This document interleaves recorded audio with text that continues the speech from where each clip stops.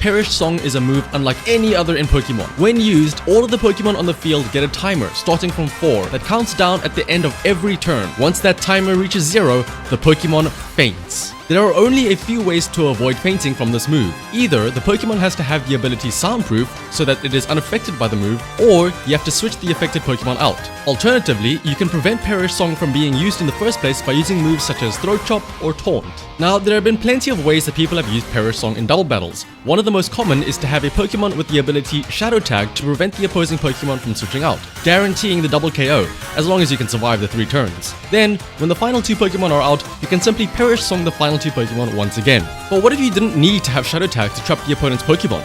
And what if you didn't have to worry about keeping yourself safe once Perish Song was used? If only there was a team that guaranteed you'll win as soon as you used Perish Song, with no fear of having to figure out how to survive the countdown. Well, this right here is our answer. That's right, Fletchling. Not Talonflame, but its primary stage evolution. You see, on the final turn, if all the Pokemon fainting from Perish Song are the final Pokemon, they will faint in the regular turn order according to speed. So, the winner will be the one whose Pokemon faints last, even though technically speaking, they all fainted together at the end of the turn. And Fletchling will be our anchor to ensure we have a Pokemon that can make it to the final turn and, hopefully, be the final Pokemon to faint. And like I said, we are not going to rely on Shadow Tag to prevent the opposing Pokemon from switching out. Instead, we will simply give them no option to switch out by KOing their first 2 Pokemon. To do this, we will have Iron Valiant and Annihilate, or Garganacl and Maushold as our leads. And lastly, to round the team off, the Perish Song user for the team is going to be none other than the new Paradox Pokemon, Screamtail. Since this team features the base form of a 3-stage evolution, let me know in the comments what your favorite basic stage Pokemon is. But for now, let's head into some battles to show off how the team works.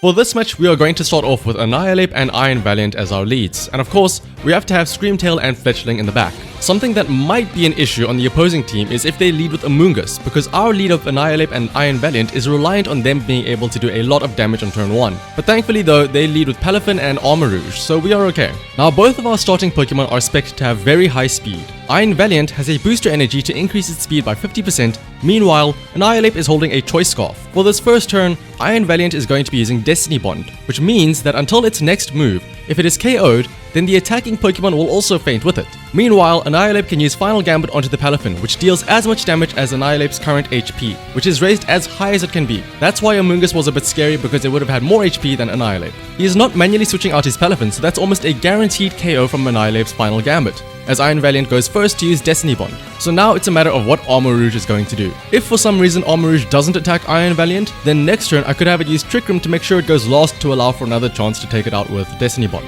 But it looks like Armarouge is going to attack using Expanding Force, KOing Iron Valiant in one hit, which means that the Armarouge will faint with it too. Considering he didn't manually switch and he used Expanding Force, I'm going to assume he was going to try and have Palafin flip turn his own Armarouge to activate both Weak Armor and Weakness Policy, and then send in Indeedee to set up a Psychic Field to have that Expanding Force do even more damage. But honestly, even if he instead manually switched out first, I think we still would have had the desired outcome, since Iron Valiant and Annihilate would have still gotten a double KO thanks to them being so fast. Now we can send out Screamtail and Fletchling, and the opponent's final Pokemon are Indeedee and Fluttermane, so they probably were going for that flip turn play. But that doesn't matter now, because honestly, now that we've gotten to this position, we've already won. For now, let's set up the Perish Song with Screamtail. Meanwhile, Fletchling can defend using Protect. You will see now why we have chosen Fletchling specifically as our anchor and not something like Talonflame. He terrors his Fluttermane, which is actually quite scary. We could have terrored our Screamtail defensively into a Water type to stay safe, but knowing Fluttermane didn't have boost energy to boost its special attack, Screamtail is able to survive the super effective Shadow Ball, allowing it to sing its song.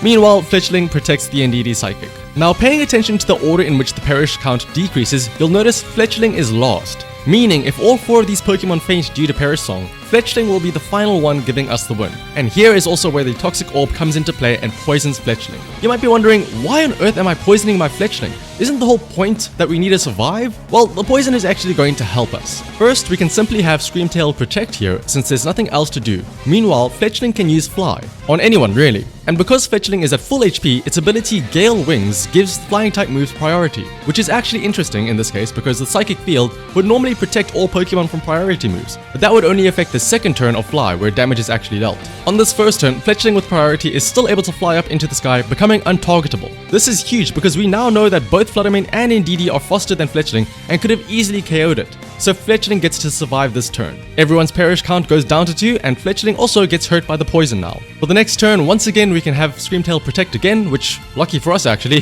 gets used successfully. And now, because Fletchling is no longer at full health, Fly is no longer a priority move, meaning instead of moving at the start of the turn, it'll move according to the regular speed order, which means coming down from the sky after both Fluttermane and Indeedee move, so Fletchling only becomes targetable again at the end of the turn, once there are no more threats. And once again, everyone's perish count drops down again to only 1. One more turn until everyone faints. For the final turn, we can just protect again with both of our Pokemon and we will win the battle, since Fletchling will have a guaranteed protect because its last move was Fly. But amazingly, Screamtail gets a 3rd protect in a row. So you know what? Forget everything I just said about having Fletchling be invulnerable for 3 turns in a row thanks to Toxic Orb and Fly. Instead, if you want to win with Perish Song, just land 3 protects in a row. It's that easy. But of course, since no damage can be dealt at the end of the turn, perish count will reach 0 for each Pokemon in order of speed. So first, Fluttermane goes down, followed by Screamtail, then Indeedee, and last but not least, the little bird that could, Fletchling falls as the final Pokemon, giving us the win over our opponent. Had that been a Talonflame, it would have outsped that Indeedee, and we probably would have lost since Indeedee would have been the final Pokemon standing.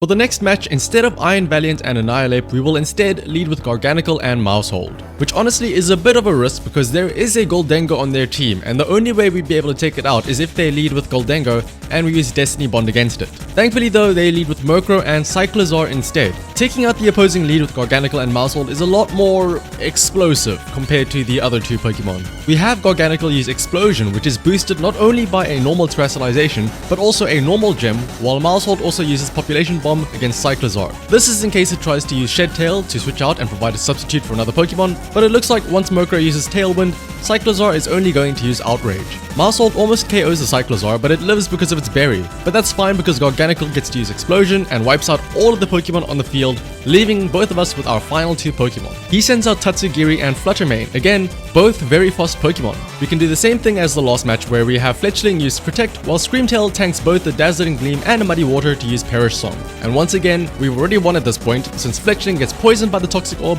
That means on the following turn, Screamtail can protect itself while Fletchling flies into the air and we take no damage from the opposing Pokemon. On the following turn, the opponent finally terrestrializes his Fluttermane and we don't get lucky with a double protect with Screamtail, so it does go down, but that's fine because Fletchling avoids the Muddy Water since it's still in the air without Gale Wings and comes down once it's safe and sound. The enemy's Tailwind ends, but even without Tailwind, Fletchling will still be the slowest Pokemon on the field. So for the final turn, Fletchling can simply protect as the perish count falls to 0 on the opposing Pokemon as we win thanks to Fletchling dodging all of the enemy's attacks for 4 whole turns in a row. First with a protect, second with a priority fly, third with the slow fly coming down at the end, and then fourth with another protect. And that is how you can easily win with Perish Song every single time, so long as you can get it off. Like I said, it is very dependent on getting to the point where you have the final 4 Pokemon. So you need to make sure that you can KO those first 2 Pokemon with your lead. As I mentioned, there are the concerns though of either a very high HP Pokemon, like an Amoonguss, in which case you can't KO it with the Annihilate, so you would have to normally resort to the Garganacl Mousehold lead there. But also, if there are Ghost type Pokemon in the lead, then the